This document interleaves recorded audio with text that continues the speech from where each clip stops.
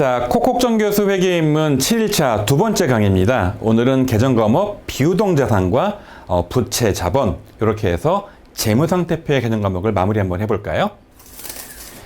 자, 우리가 지난 시간에는 유동자산에 대한 공부를 했고요. 오늘은 바로 비유동자산 공부를 할 건데 눈에 보이시는 것처럼 몇 가지가 비유동에 있습니까? 크게 네 가지죠. 첫 번째 투자, 유형, 무형, 기타가 있는데 하나씩 내용을 보도록 할게요.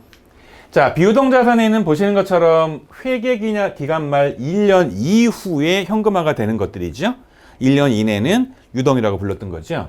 여기엔 여러분 크게 첫 번째 이제 투자자산이 있어요. 네 가지 중에 첫 번째 투자자산입니다. 투자는 말 그대로 왜 가지고 있는 자산입니까? 투자를 목적으로 하죠. 여러분 투자는 일반적으로 한 달, 두 달 하는 겁니까? 한 1년, 2년 더 장기간 하는 겁니까? 상식적으로 장기간이겠죠. 이 투자자산은 크게 보시는 것처럼 1년 이후에 현금화 가능한 무슨 목적인 겁니까? 투자 목적의 자산들이 있는데 어떤 투자를 하느냐라는 겁니다. 투자의 종류가 이렇게 되어 있습니다. 예금, 대여금, 만기 보유 증권, 매도 가능 증권, 투자 부동산이 있는데 장기성 예금은 말 그대로 만기가 1년 이후에 회계기간 말 기준으로 도래하는 적금이나 예금이나 펀드 같은 것들을 말하고요. 장기 대여금은 빌려준 건데 이제 1년 이후에 받겠다라는 조건으로 빌려준 거니까 장기 대여금은 단기 대여금의 반대말이 되겠죠. 자, 만기 보유 증권은 뭡니까? 매도 가능 증권은 뭡니까? 만기가 있는 건 뭐라 그랬죠? 채권이라 그랬죠. 채권. 또 저 앞전에 우리 유동자산에서 단기 매매 증권은 주식이나 채권을 샀는데 1년 이내에 투자할 단기성 목적이 있는 주식 채권이었죠. 근데 만기 보유 증권은 만기가 있는 채권들인데 일반적으로 1년 이후에 만기가 도래하니까 만기 보유 증권 같은 채권들은 뭐가 되는 겁니까? 투자자산 비유동이 되는 거고요. 매도 가능 증권은 말 그대로 판매가 가능한 거죠. 원래는 단기 매매 증권의 반대말인데 이게 단기 매매 증권의 반대말이 장기 매매 증권이 사실 이해하기 쉬운데 이 이제 사회에서는 일반적으로 뭐로 약속을 한 겁니까? 매도 가능 증권을 약속을 해서 요거는 주식도 있고요. 채권도 있는 거죠. 여러분 사실 채권은요 만기가 있어요 다. 근데 이 채권을 중간에 팔 수 있는 시장이 형성돼 있어서 내가 구입한 채권을 팔면 되거든요. 그러니까 내가 만기까지 안 간다. 중간에 팔 거다 이 채권을. 근데 1년 이후에 팔 거다? 그럼 뭐로 하는 겁니까? 매도 가능 증권. 내가 채권이 있다. 끝까지 들고 있을 거다 만기까지. 그럼 뭐가 되는 겁니까? 만기 보유 증권이 되겠죠. 이런 식으로 분류를 합니다. 자, 투자 부동산은 말 그대로 부동산이에요. 토지나 건물이에요. 근데 무슨 목적입니까? 투자 자산이니까 투자 부동산이 되겠죠. 이 투자 부동산은 시세 차익 목적이나 무슨 목적입니까? 임대 목적으로 갖고 있는 토지나 건물들을 말합니다. 여러분 제가 대학에 처음 들어가서 회계를 공부할 때는요. 이 동그라미 4번에 투자 부동산이 없었어요. 그래서 부동산들은 무조건 다 잠시 뒤에 공부할 유형 자산으로 분류를 했었는데 2000년대 이후에 와 보니까 이게 약간 문제가 있는 거예요. 똑같은 부동산이라 하더라도 내가 이런 식으로 남한테 임대하면서 건물이 오를 거를 기대하고 들고 있는 투자 목적 부동산과 공장 건물 같이 이렇게 열심히 제조에 쓰이는 이 공장 건물은 다른 건물이잖아요. 그래서 부동산 중에서 투자 목적의 부동산은 이름이 뭐다? 투자 부동산으로 항목이 어디에 집어넣는다? 이렇게 투자하는 자산에 집어넣고요. 공장 건물 같이 실제 제조로 사용되는 업무에 사용되는 부동산들은 잠시 뒤에 공부할 유형 자산의 토지랑 건물로 분류한다 정도는 여러분 기억을 해두시고요. 좀 더 자세한 내용들은 나중에 회계 원리나 전산회계 같은 거를 본격적으로 공부할 때 그때 공부하시면 되겠어요. 자, 이렇게 해서 이제 투자 자산은 공부를 끝냈고요. 비유동 자산의 두 번째 항목이 바로 뭐냐면 이제 유형 자산이에요. 자, 단어 자체가요. 유형이니까 유는 있을 유겠죠. 한자로. 형은 형태가 있는 거잖아요. 그래서 회사가 갖고 있는 자산 중에서 형태가 있는 자산들은 다 유형 자산인데 이것들은 보시는 것처럼 중요한 거는 영업 활동의 얼마 이상입니까? 이게 당연히 비유동이니까 1년 이상이겠죠. 사용할 목적의 물리적 형태가 있는 것들을 뭐라고 부르는 겁니까? 유형 자산이다라고 부르는 거예요. 자, 그래서 이 안에는 토지 건물이 있어요. 여러분 일반적으로 어떤 회사가 공장을 취득했다라고 말하면 공장은 눈에 보이는 건물이 이렇게 보이잖아요. 건물만 취득하는 거게요. 아래쪽에 땅, 토지도 같이 취득하는 거게요. 땅도 같이 취득을 하기 때문에 우리 상식으로는 그냥 건물을 샀다 그러면 건물만 떠오르지만 이것만 실제로는 10억 주고 샀다.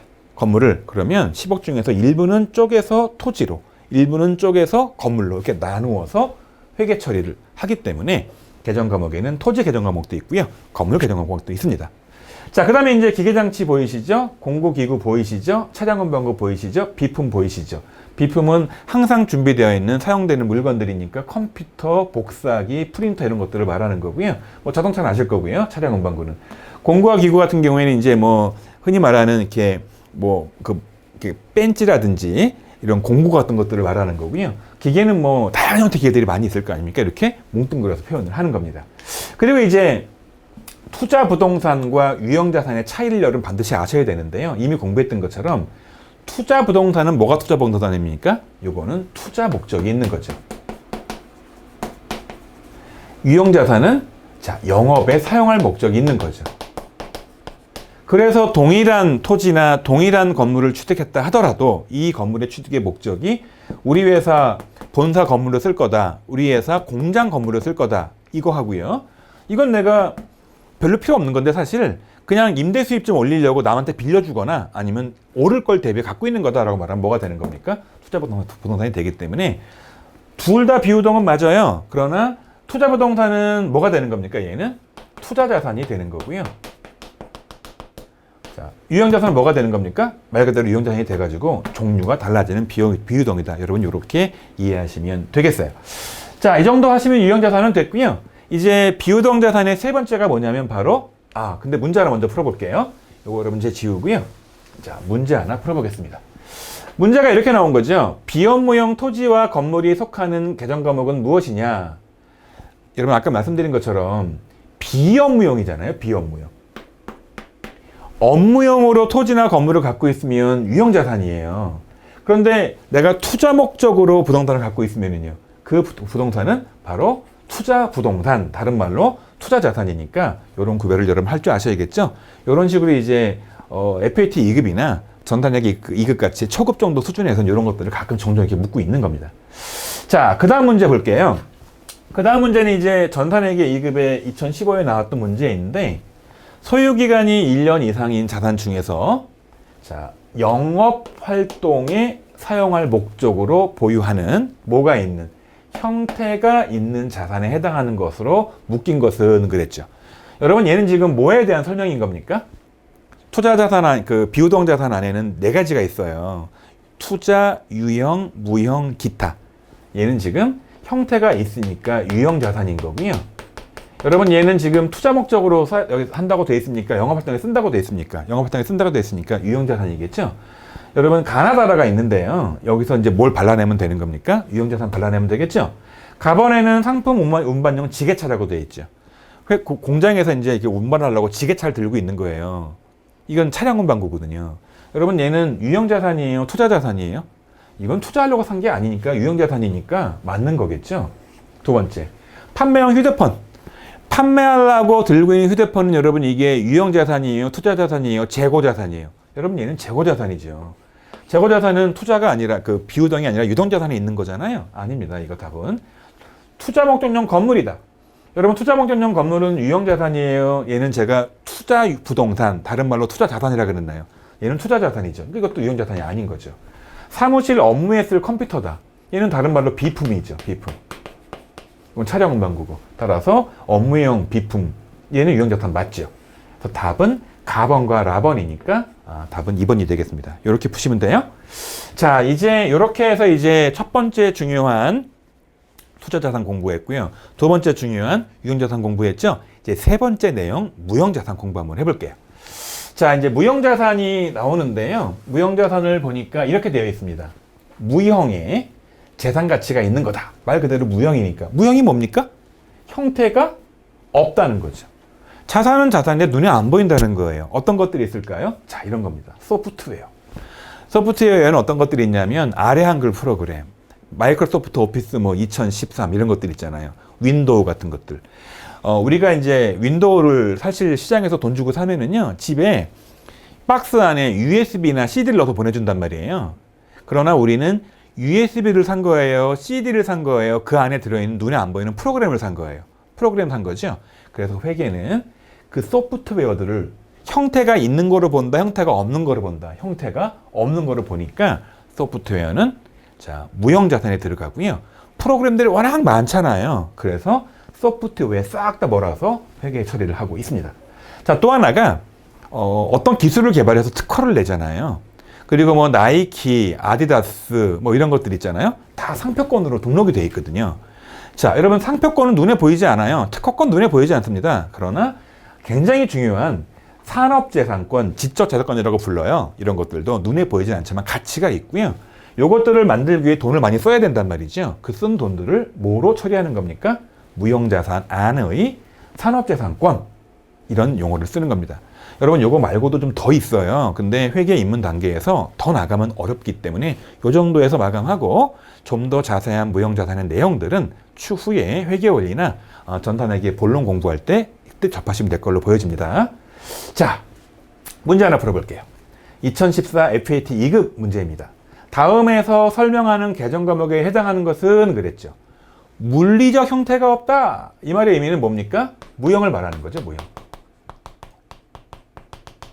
식별 가능하고 기업이 통제하고 있으며 경제효익이 있는 비합회성 자산이다.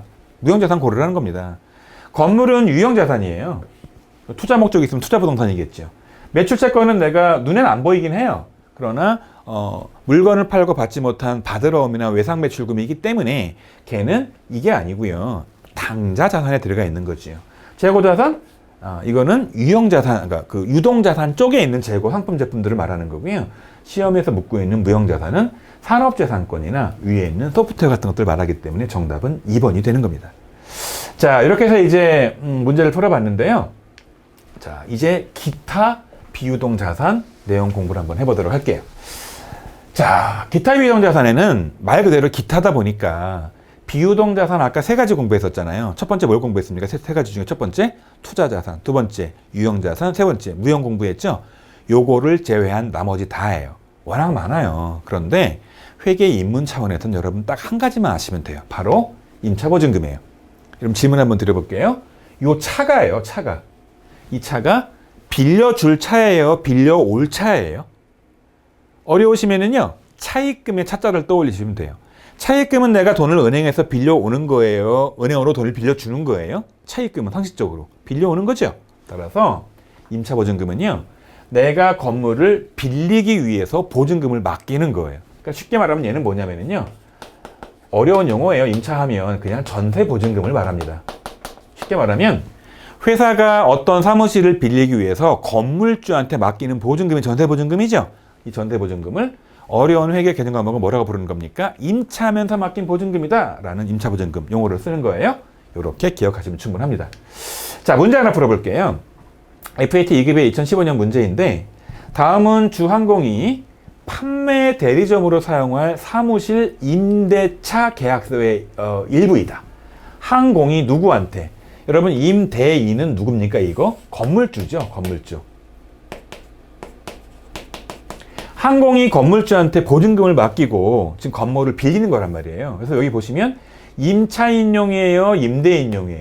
바로 임차인용이죠.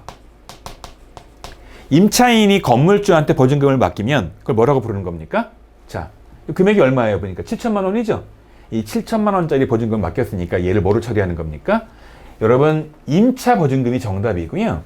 임대 보증금은 이거는 건물주 입장인 거예요. 답이 아니에요. 나중에 다시 공부할 텐데 이 임대 보증금은 건물주 입장에서는 부채가 되는 거고요. 임차료는 얘는 비용이에요, 비용. 나중에 이 항공이 월세를 내야 되잖아요. 이건 월세가 되는 거고요. 임대료는 이건 수익이에요, 수익. 건물주가 인식하는 거란 말이죠. 그래서 임차료랑 임대료는 손익계산서 항목이고요.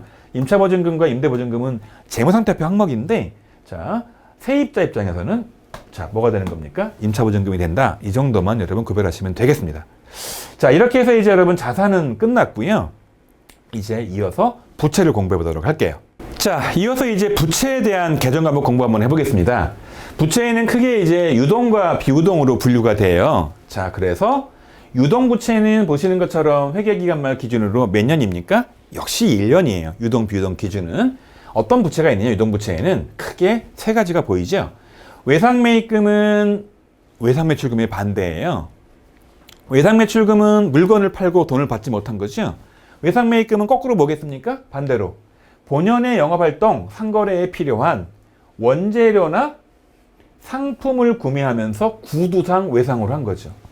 물건을 사오면서 자, 돈 나중에 줄게 하고 한 달 뒤에 줄게 하고 물건을 가져오는 겁니다. 갚을 빚이잖아요. 자, 그래서 이거는 부채가 되는 거고요. 얘는 마치 뭐의 반대말이냐면 외상 매출금의 반대다라고 생각하시면 될 것 같고요. 지급어음 말 그대로 본연의 영업활동에서 상거래에 필요한 원재료나 상품을 구매를 하는데 구두상 외상이에요. 어음을 발행해주고 외상인 거예요. 어음을 주면서 이 어음 가지고 있어. 나중에 만기 한 2달 뒤에 그 어음 가지고 은행에 가봐. 내가 돈 거기다 이체 넣을 테니까 어음 주면 돈 준다. 이렇게 하는 거기 때문에 요거는 뭐의 반대말일까요? 요거랑 맞춰보면 요거는 받을 어음의 반대겠죠. 그럼 공부를 하실 때는요. 당좌 자산에 있는 이 매출채권에 해당하는 외상매출금과 자, 유동부채에 해당하는 여기 있는 외상매입금을 세트로 공부를 하시고요. 받을 어음에 해당하는 요 당좌 자산과 유동부채에 해당하는 요 지급어음을 세트로 공부해서 외상매출금과 받을 어음은 매출채권 내 자산이고 외상매입금과 지급어음은 내 갚을 부채다. 이렇게 여러분 기억하시면 되겠어요. 자, 미지급금. 자, 본연의 영업활동 이외죠. 거기서 외상대금이에요. 여러분 이거 반대로 개념으로 적으면 뭘까요? 요 자산 계정 과목에. 그럼 얘는요. 상거래에서는 못 받으면 외상매출금 받을 어음 매출채권이라고 말했지만 일반적인 상거래가 아닌 기계를 팔거나 공장 건물을 팔면서 받지 못한 것들은 뭐라고 불렀습니까? 미수금이라고 불렀죠. 이런 미수금의 반대말이 수는 받을 수니까 반대말은 지급이니까 미지급금 이렇게 표현을 하겠죠. 그래서 내가 공장을 지금 건물을 짓고 있어요. 기계를 사요. 돈을 줘야 되는데 못 줬어요. 외상대금이에요. 근데 기계를 사거나 건물을 짓는 것들은 판매용이 아니라 회사에 쓸 것들이기 때문에 그런 외상대금들은 뭐라고 부르는 겁니까? 미지급금이라고 부르는 거라서 시험 문제에서 매입채무와 미지급금의 차이를 물어본다는 거예요. 여러분 이 두 가지 여기 나와 있는 이 외상매입금과 지급어음 이 두 가지를 뭐라고 부르냐면요. 요거를 매입채무다라고 부릅니다. 이 두 가지를 매출채권이라고 불렀잖아요. 이 매입채무와 미지급금 차이가 뭐라는 겁니까? 매입채무는 상거래에 관련된 겁니까? 상거래 이외입니까? 얘는 본연의 영업입니다. 여기서 못 준 외상대금이에요. 이 미지급금은 외상대금이 맞지만 얘는 영업 이외입니다.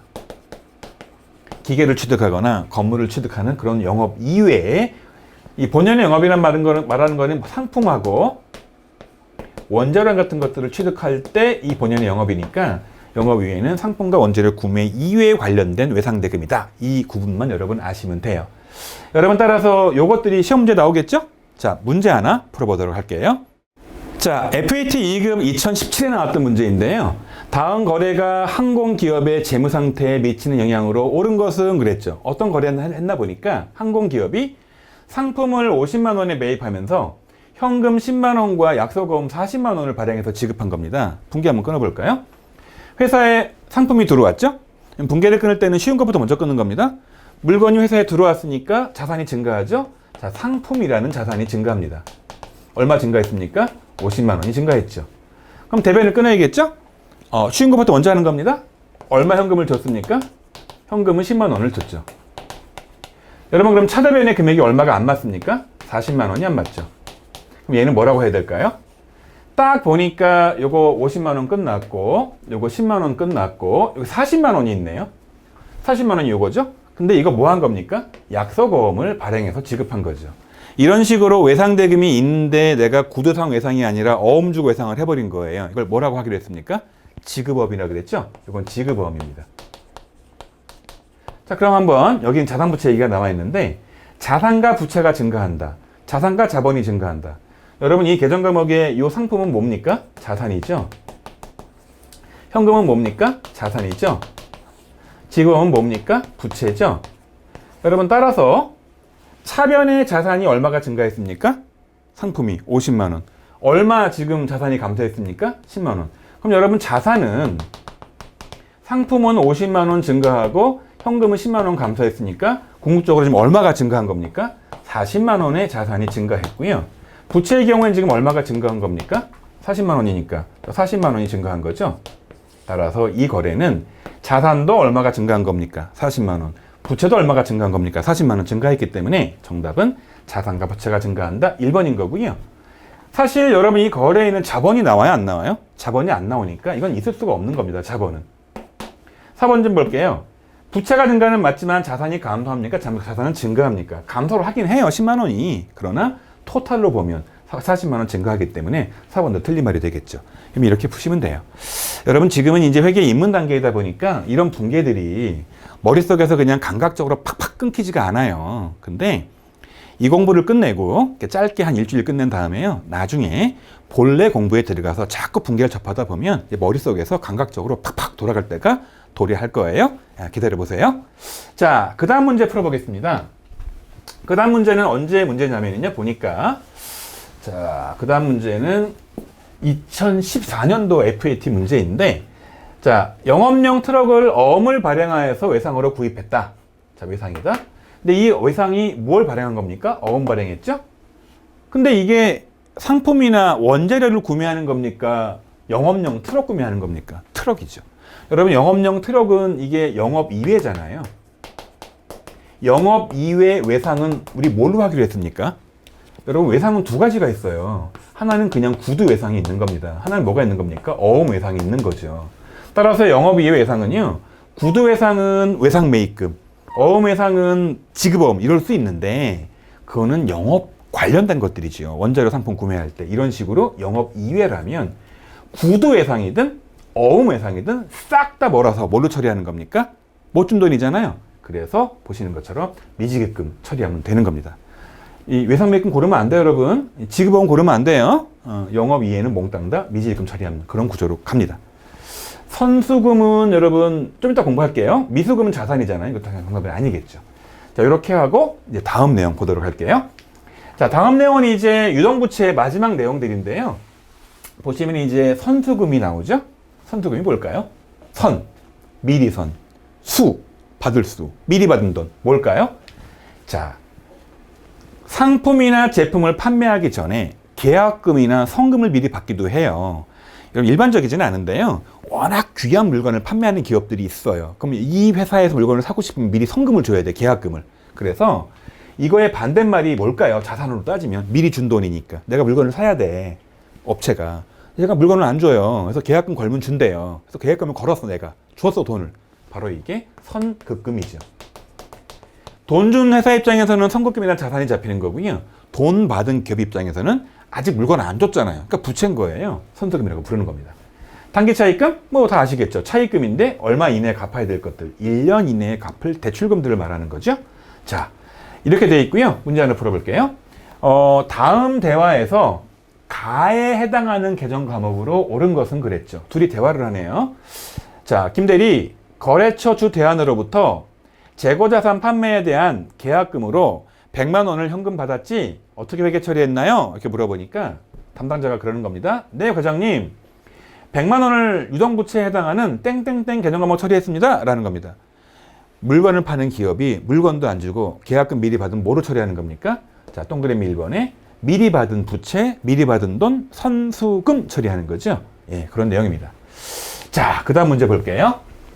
그 다음 문제는 FAT 2016 문제인데요. 다음 설명에 해당하는 개정 과목으로 옳은 것은 그랬죠.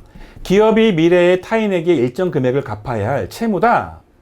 일정 금액 갚아야 할 빚. 뭐가 될까요? 선급금 미리 준 돈 자산이에요. 자, 단기 대여금 빌려준 돈 자산이에요. 미수금 못 받은 돈 자산이에요. 여기서 유일한 지금 부채는 자, 1번 하나밖에 없죠? 자, 이 정도로 하면 대충 이제 부채는 끝났고요. 자, 이제 비유동 부채로 한번 가볼게요. 유동 부채 끝내고.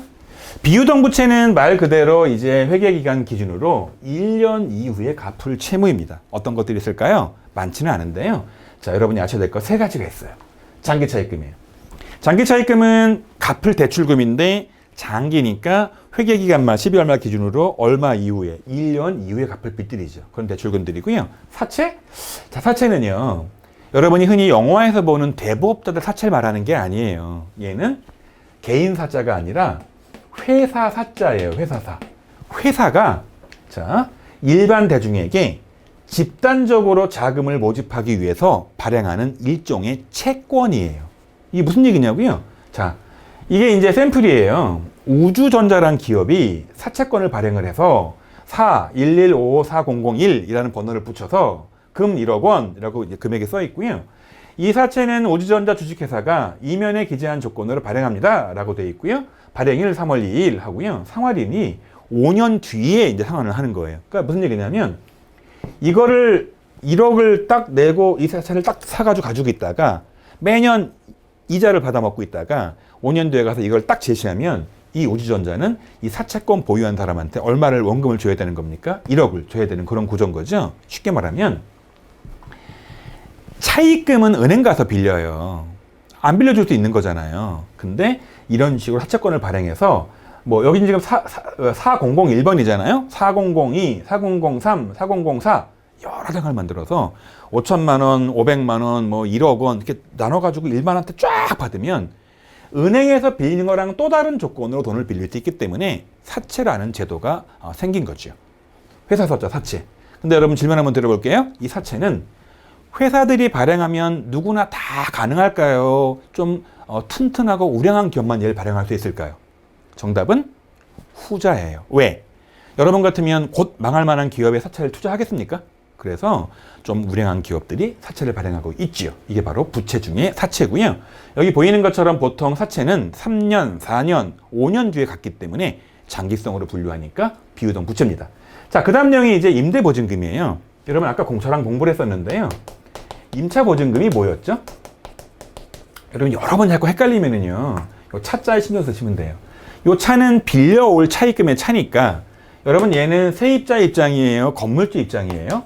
자, 세입자 입장에서 건물을 빌리기 위해서 보증금 맡긴 거잖아요.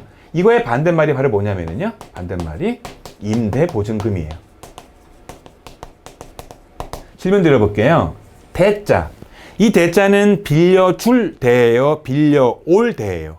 대부업자의 대를 떠올리라고 했죠? 자, 대부업자가 돈을 빌려주는 사람이니까 이 사람은 건물주로서 누구한테? 세입자한테 보증금을 받아가지고 자 나중에 돌려줘야 되니까 건물주가 세입자에게 받은 보증금은 나중에 돌려줄 돈이니까 부채로 인식을 해야 되는데 건물은 일반적으로 6개월 빌리고 맙니까? 1년, 2년 빌립니까? 장기를 빌리니까 보시는 것처럼 비유동 처리를 하겠죠? 그렇게 이해하시면 되니까 건물주는 받은 보증금을 뭐로 처리한다? 비유동 부채 임대보증금. 세입자는 이 준 돈을 뭐로 처리한다? 자, 비유동 자산 중에서 기타 비유동으로 분류한다. 이 정도 여러분 용어를 기억하시면 되겠어요. 자, 여러분 이 정도 내용 공부를 하셨으면 됐고요. 이제 관련 내용 바탕으로 해서 정리 한번 해보도록 할게요. 자, 이상 공부한 내용 정리 한번 해보겠습니다. 자, 오늘 공부한 내용은 첫 번째 비유동 자산을 공부했죠. 이 안에 어떤 게 있었습니까? 자, 투자 자산, 유형, 무형, 기타 이렇게 네 가지가 있었죠. 그래서 투자 자산 안에 뭐가 있었습니까? 투자한 돈, 장기성 예금, 장기 대여금, 투자 부동산, 매도 가능 증권, 만기 보유 증권이 있었고요. 유형 자산에 뭐가 있었습니까? 자, 토지나 건물이나 기계나 비품이나 공구기구, 차량 운반고들이 있었죠. 자, 무형 자산 뭐가 있었습니까? 자, 눈에 보이지 않는 거죠. 소프트웨어나 산업자산권. 자, 기타 비유동 자산에 뭐가 있었습니까? 자, 임차보증금이 있었죠. 여러분 여기서 주의할 거는요. 여기 있는 투자 부동산은 자, 투자 목적으로 갖고 있는 거고요. 여기 있는 토지 건물은요. 영업용 목적으로 가지고 있는 거죠. 자, 그 다음에 유동부채 뭐 있었습니까? 보시는 것처럼 매입 채무. 이 안에 뭐 있었습니까? 외상 매입금, 지급보험이 있었죠. 그러니까 미지급금이 있었죠. 성수금, 단기차입금이 있었죠. 자, 근데 이 매입 채무랑 미지급금 차이가 뭡니까? 얘는 상거래. 원재료나 상품 매입, 얘는 뭡니까? 기계나 건물 같은 거 구입할 때 외상인 거지요. 자, 비유동부채 뭐 있었습니까? 자, 장기차입금, 사채, 임대보증금이 있어서 여기에 있는 임차보증금은 세입자 입장에서 여기 있는 임대보증금은 건물주 입장에서 갚을 빚이다. 이런 내용을 공부했습니다. 여러분 고생하셨고요. 이제 다음 시간에 손익계산 항목을 바탕으로 마지막 강의 진행하도록 할게요.